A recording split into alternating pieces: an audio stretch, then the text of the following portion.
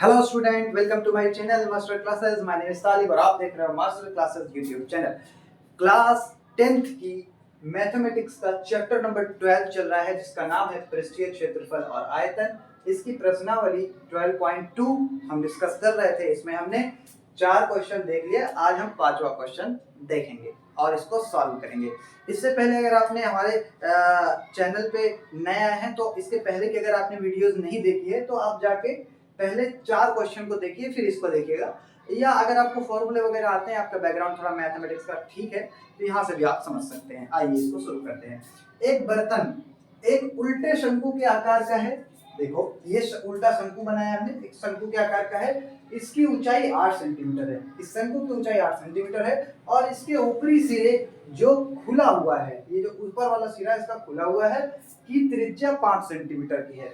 इसकी रेडियस यानी त्रिज्या 5 सेंटीमीटर की है। यह ऊपर तक पानी से भरा हुआ है। ओ हो भाई, ये तो पानी से भरा हुआ है। क्या बात है, ये पानी से भरा हुआ है। भर देते हैं पानी। देखो भाई, ये लो, मैंने पानी भर दिया।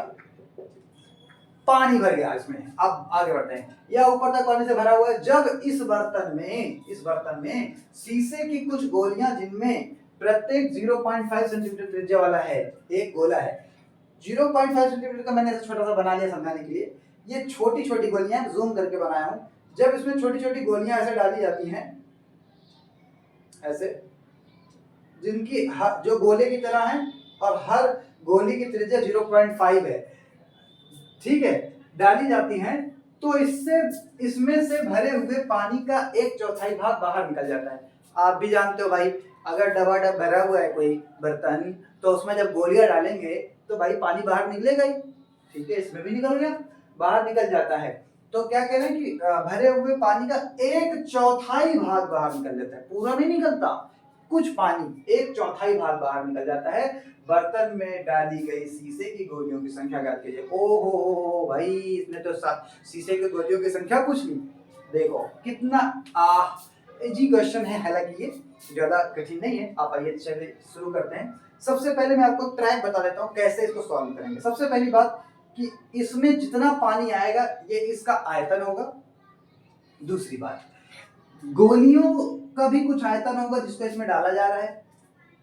तो जितनी गोलियां डाली जा रही है उतना पानी बाहर निकल रहा है, यानी पहले हम पूरे पानी का आयतन निकाल लें, यानी पूरे शंकु का आयतन, यानी पूरे पानी का। फिर उसका 1/4 कर दें। 1/4 पानी बाहर निकल रहा है ना, जो बाहर निकल रहा है इन गोलियों की वजह से निकल रहा है, तो 1/4 कर देंगे उस आयतन का। और जब हम उसका 1/4 कर देंगे तो एक गोली के आयतन से उस पानी में जो पानी बाहर निकला उसमें डिवाइड कर देंगे उसके आयतन में, तो हमें गोलियों की संख्या पता चल जाएगी। ये था एक सिंपल रोड मैप जिस तरह से मैं करने वाला हूं। आइए इसको करके दिखाते हैं तो आपको ज्यादा समझ आएगा। सबसे पहले शंक्वाकार बर्तन की त्रिज्या R1 क्यों बोल रहा हूं भाई, गोलियों की भी कुछ त्रिज्या होगी, शंकु की भी त्रिज्या है, दोनों टकरा ना जाए, कहीं हम समझ ना पाए कौन सी किसकी है, इसलिए नंबरिंग कर रहे हैं। R1 5 सेंटीमीटर और इसी शंक्वाकार बर्तन की ऊंचाई जो जो दिया पहले उसको लिख लें, h से 8 सेंटीमीटर। 8 सेंटीमीटर। अच्छा, ऊंचाई को h1 क्यों नहीं किया कहा? हरे बेवकूफों, इसमें थोड़ी ऊंचाई है, इसमें तो ऊंचाई नहीं है। यानी मेरे पास जब भी ऊंचाई होगी तो समझ लो शंकु की ऊंचाई। थोड़ा कॉमन सेंस लगाओ बच्चा। चलो ठीक है, शंक्वाकार बर्तन का आयतन, देखते हैं कितना पानी भरा है भाई इसमें। फॉर्मूला है 1/3 पाई आर स्क्वायर एच, यही है। 1 लगा देते हैं वरना आप बुरा मान जाओगे भैया, 1 अभी तो बोला। ठीक है, बड़ी गर्मी है यार। फॉर्मूला में वैल्यू पुट करें। अच्छा एक बात और, जब गोलियां डालते हैं तो 1/4 बाहर निकल जाता है पानी, तो हमें तो उस चौथाई से मतलब है, क्योंकि पानी जितना बाहर निकल रहा है उतनी गोलियां डाली गई होंगी, इसलिए हमें उस बाहर निकले वाले पानी से मतलब है, पूरे आयतन से तो मतलब नहीं है।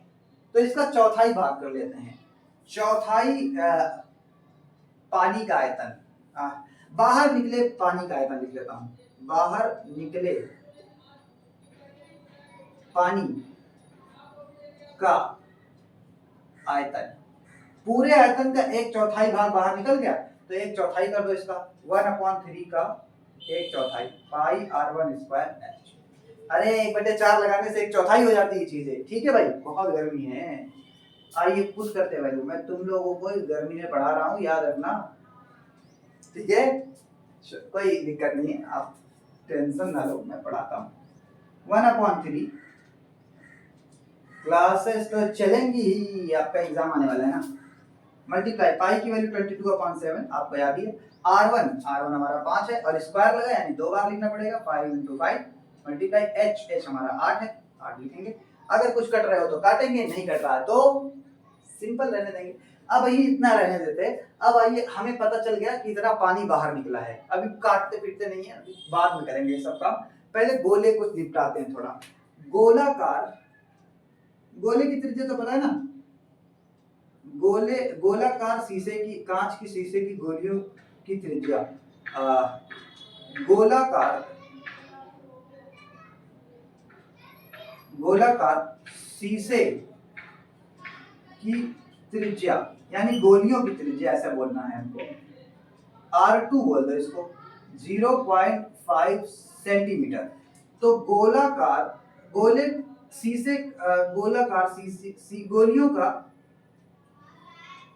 गोलियों का आयतन, या ऐसा लिखते गोली का आयतन, क्योंकि हम ढेर सारी गोलियों का नहीं निकाल रहे, हम सिर्फ एक गोली का पता लगाना चाह रहे हैं। गोली का आयतन 4/3 पाई r क्यूब, यही फॉर्मूला है भाई। देखो फॉर्मूला याद होना चाहिए, फॉर्मूला नहीं याद होगा तो कुछ नहीं होगा बच्चा, फॉर्मूला याद करो, ठीक है। अब इसके बाद ऐसा करते हैं, इस सवाल मिटाता हूं मैं, जगह कम पड़ रही मेरे लिए, तो आप इसको नोट कर लीजिए, मैं हट रहा हूं और इस सवाल को उतारिए जल्दी से, फिर मैं आगे बताता हूं। चलिए भाई इसके आगे बढ़ते हैं। क्या मिटा दिया हमने वो सब, अब आगे बढ़ते हैं इसके। देखो हमें पता लगाना है गोलियों की संख्या, तो जितना पानी बाहर निकला था, ये बाहर निकलने वाला पानी है 1/4, एक गोली के आयतन से इसमें डिवाइड कर देंगे, पता चल जाएगा कितनी गोलियां पड़ी थी, तब उतना पानी बाहर निकला था। तो गोलियों की संख्या हमें यही तो पता लगाना है, क्या होगी, बाहर निकले पानी का आयतन, बाहर निकले पानी का आयतन, और बटे में एक गोली का आयतन, बटे गोली का आयतन। फॉर्मूला हो गया हमारा एक तरीके से। आइए इसमें वैल्यू पुट करते हैं। बाहर निकले पानी का आयतन क्या है, ये इसको पुट करो, 1/4 मल्टीप्लाई में 1/3 मल्टीप्लाई में 22/7 मल्टीप्लाई 5 मल्टीप्लाई 5 मल्टीप्लाई 8, ये है। और अपॉन में गोली का आयतन 4/3 पाई की वैल्यू यहाँ पे रख लेते हैं 22/7 मल्टीप्लाई r क्यूब, r यानी 3 बार लिखना है, 0.5 0.5 0.5 3 बार रखेंगे, 0.5 मल्टीप्लाई 0.5 मल्टीप्लाई 0.5, ठीक है भाई। इसको मिटा दें, आगे का अब तो इसी को सॉल्व करना है, हमारा आंसर आ जाएगा। अब आप तो सॉल्व भी कर लेंगे, इतने तो समझदार हैं ही। नोट करते रहिएगा भाई, मैं मिटा देता हूँ, मेरे बोर्ड थोड़ा छोटा है और वैसे भी कोई डिजिटल बोर्ड तो है नहीं कि मैं ना मिटाऊं तो काम चल जाए, पेज बदल लूं, पेज तो बदल नहीं सकता, मिटाना ही पड़ेगा। चलो भाई देखो, काट रहा है जो काट दो उनको, 22/7 से पूरा का पूरा 22/7 ही कट गया, वाह क्या बात है। 1/3 से 1/3 कट गया। देखो 4 को मत काट देना, क्योंकि दोनों नीचे की तरफ हैं, थोड़ा अगर आपको थोड़ा भी कॉमन सेंस है पता होगा तो ये दोनों नीचे की तरफ हैं, है ना, ठीक है। और कुछ, चलो ऐसा करते हैं मल्टीप्लाई करते हैं, 4 चौके 16, नीचे का सब मल्टीप्लाई कर लो। अब सब नीचे बचे हैं 1/16 और ब्रैकेट हटाओ, मल्टीप्लाई करो डायरेक्ट, ये कट गया, ये 5 ऊपर है 8 ऊपर है, और नीचे की तरफ क्या है 0.5 मल्टीप्लाई 0.5 मल्टीप्लाई 0.5। देखो भाई तीनों को मल्टीप्लाई कर लो नीचे का और फिर काटना शुरू करते हैं। अच्छा ये तो कट ही रहा ना, 8 दूनी 16 2 बार में, और ये 5 25 और नीचे क्या है 2 मल्टीप्लाई 5 25 पंचे 125, और 1 2 3 डिजिट के बाद पॉइंट लगेगा यहाँ पर।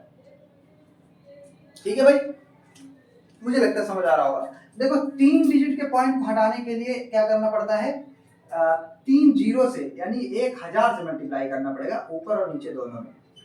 ये बात आपने बचपन में सीखी होगी। जब ऐसा करेंगे तो इससे मल्टीप्लाई इसमें करेंगे, ये पॉइंट हट जाएगा, तो ये हो जाएगा 25,000 बटे 2 गुणे 125।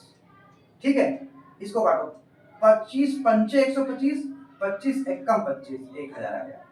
5 से इसको काटेंगे, 5 दूनी 10, 5 दूनी 10 और 2 जीरो एलजीस, और 2 से इसको काटेंगे, 2 एकम 2 यानी 100 गोलियां इसका आंसर है। इसका आंसर कितना है, 100। भाई इसमें 100 गोलियां डालने पर 1/4 पानी बाहर निकलेगा, ये इसका आंसर है।